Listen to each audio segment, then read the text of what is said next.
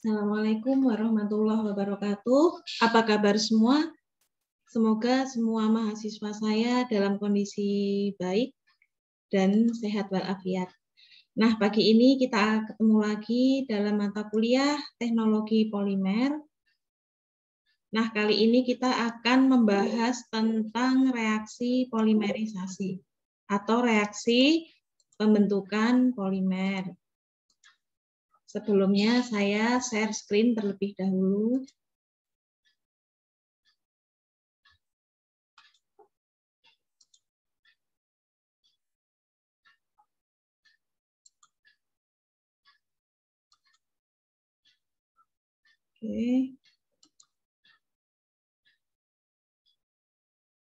Oke. Nah, pagi ini kita akan membahas reaksi polimerisasi. Apa itu reaksi polimerisasi? Reaksi polimerisasi merupakan reaksi pembentukan polimer. Nah, ini ada dua macam.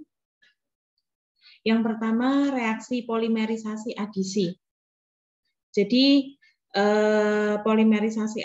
reaksi polimerisasi adisi itu reaksi pembentukan polimer untuk monomer yang sama unit ulangnya. Nah, jadi reaksi polimerisasi adisi ini karena dia merupakan untuk monomer-monomer yang sama dalam setiap unit ulangnya, maka dia disertai dengan pemutusan ikatan rangkap. Contohnya seperti di bawah ini pada reaksi pembentukan polietilen. Seperti kita ketahui, ini adalah monomer etilen. Monomer etilen digabungkan dengan monomer etilen. Nah, itu membentuk yang namanya polietilen. Nah, ini skemanya. Jadi dari monomer mengalami adisi pemutusan ikatan rangkap. Nah, ini kemudian membentuk monomer berlebih, kemudian membentuk suatu polimer yang lebih besar. Di sini contohnya polietilen. Nah, pada reaksi polimerisasi adisi tersebut terjadi pemutusan ikatan rangkap. Nah, yang kedua, ada yang namanya reaksi polimerisasi kondensasi. Nah, pada reaksi polimerisasi kondensasi ini terjadinya reaksi kalau tadi adisi pemutusan ikatan rangkap dengan monomer yang sama, kalau pada kondensasi ini terjadi pada atau antara dua gugus fungsi pada monomer yang sama atau monomer yang berbeda. Jadi reaksinya itu terjadi antara pada gugus fungsi. Kalau adisi tadi pemutusan ikatan rangkap, seperti yang Anda pelajari dulu di kimia organik, kalau yang polimerisasi kondensasi ini reaksinya antara dua gugus fungsi. Nah, ini bisa terjadi pada monomer yang sama atau monomer yang berbeda. Nah, ciri khas reaksi polimerisasi kondensasi ini dia disertai dengan terbentuknya molekul atau produk samping kecil seperti air, H2O, NH3 ataupun HCl. Ini contohnya pada pembuatan nilon. Nah, nilon itu dibuat dari 1,6 diamin heksana ditambahkan dengan asam adipat. Jadi nilon itu macam-macam pembuatan nilon. Apa sih nilon itu? Nilon itu bisa dicampur pada serat pakaian, sering digunakan pada serat pakaian, stocking, kemudian pada campuran botol. Nilon ini sering disebut sebagai polyester. Nah, ini nanti ada beberapa cara pembuatan nilon. Akan saya share videonya di link YouTube, praktek pembuatan nilon atau polyester. Jadi bahannya macam-macam. Salah satunya ini mereaksikan antara 1,6 diamin heksana ditambah dengan asam adipat. Anda bisa lihat di layar bahwasannya pada 1,6 diamin heksan itu ada gugus fungsi NH2, NH2.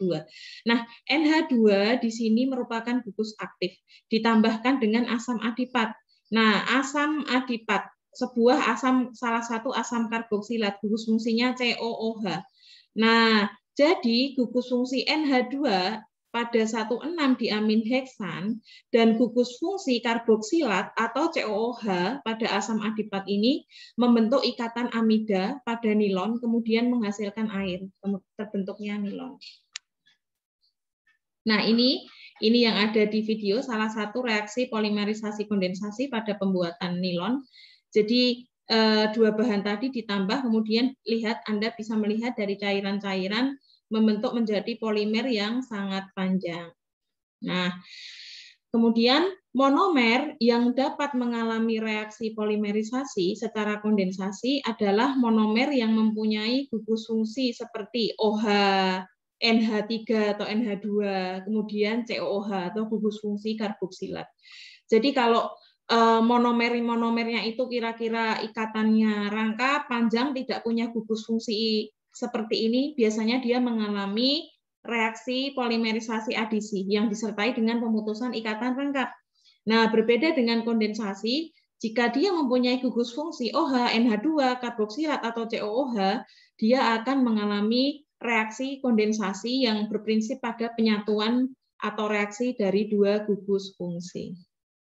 Nah, tetapi ada beberapa ilmuwan yang berbeda pendapat bahwasanya penggolongan reaksi polimerisasi adisi dan kondensasi itu rancu. Karena kenapa rancunya? Ada beberapa jenis polimer. Dia bisa dibuat dengan adisi maupun kondensasi. Nah, ternyata poliester atau polietilen tereftalat ataupun poliamida atau nilon itu dia bisa digunakan untuk reaksi kondensasi maupun adisi. Jadi bisa mengalami kedua-duanya. Nah, nanti makanya digolongkan dengan ada reaksi tahap dan reaksi rantai. Nah, ini contohnya pembuatan nilon yang seperti yang saya jelaskan tadi, dari asam adipat ditambah, kalau yang tadi asam adipat ditambahkan dengan 1,6-diaminoheksin. Di sini asam adipat ditambah heksametil diamin. Jadi senyawa yang ini berbeda. Kemudian terbentuk nilon sama. Di sini asam adipat gugus COOH di sini. Kemudian heksametil diamin dia punya gugus NH2. Jadi gugus OH, COOH pada asam adipat bereaksi dengan gugus fungsi NH2 pada heksametil diamin terbentuk nilon. Nah, selain nilon juga ada yang namanya poliester atau polietilen tereftalat. Nah, PET ini dibuat dari 1,4 asam dikarboksilat benzen atau asam tereftalat nama dagangnya dan sejenis alkohol bernama 1,2-etanadiol atau etilen glikol. Nah, ini reaksinya benzen 1,4 dikarboksilat asam dikarboksilat, jadi ada cincin benzen dengan dua cabang pada rantai pada nomor 1, 2, 3, 4 pada nomor 1 dan 4 posisi para gugus fungsi karboksilat. Makanya dinamakan benzen 1,4 dikarboksilat asam dikarboksilat. Nah, ditambahkan dengan alkohol. Alkohol ini 2, jadi bentuknya diol, di 2. Gugus fungsinya pada gugus fungsi nomor 1 dan nomor 2. Jadi etana 1,2-diol atau etilen glikol, kemudian terbentuk PET atau polietilen tereftalat, PET, yang sering disebut dengan nama dagang poliester. Nah, ternyata dari perbedaan pendapat para ilmuwan tadi, kok polimernya sama, tetapi bisa dibentuk dari dua reaksi yang berbeda. Ada yang mengalami adisi, ada yang mengalami kondensasi. Nah, kalau polimernya sama, teknik polimerisasinya berbeda, itu sifatnya juga tidak identik atau tidak mirip. Jadi sifat fisik dan mekaniknya berbeda. Berat molekul polimernya pasti berbeda. Sterokimia atau strukturnya pasti juga berbeda. Karena teknik polimerisasinya juga berbeda. Nah, makanya ada ilmuwan yang menggolongkan menjadi reaksi polimerisasi bertahap dan reaksi polimerisasi secara berantai.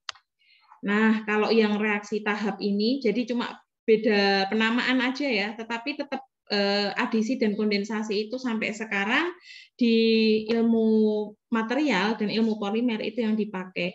Jadi reaksi bertahap itu reaksinya secara bertahap. Nah, pada reaksi tahap itu sebagian besar mengalami reaksi kondensasi. Nah, kemudian terjadi pertumbuhan polimer di seluruh bagian gugus fungsi. Karena kondensasi, makanya pertumbuhan polimernya itu hampir di semua bagian gugus fungsi. Kemudian densitas polimer rendah. Densitas polimer rendah sampai sedang. Itu kalau reaksi kondensasi. Terus monomernya bereaksinya secara cepat.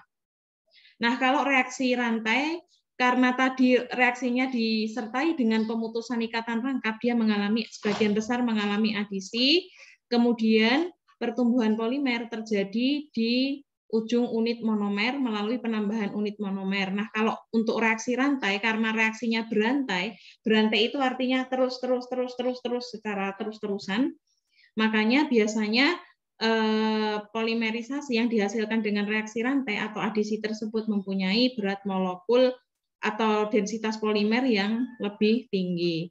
Monomernya bereaksinya dengan lambat, tetapi berat molekulnya bertambah secara cepat. Nah, ini nanti akan ada beberapa video seperti pembuatan polyester dengan bahan-bahan yang berbeda. Sudah saya share di Spada dan beserta penjelasan saya ini. Diskusi akan kita lanjutkan melalui WA Group. Terima kasih sampai di sini.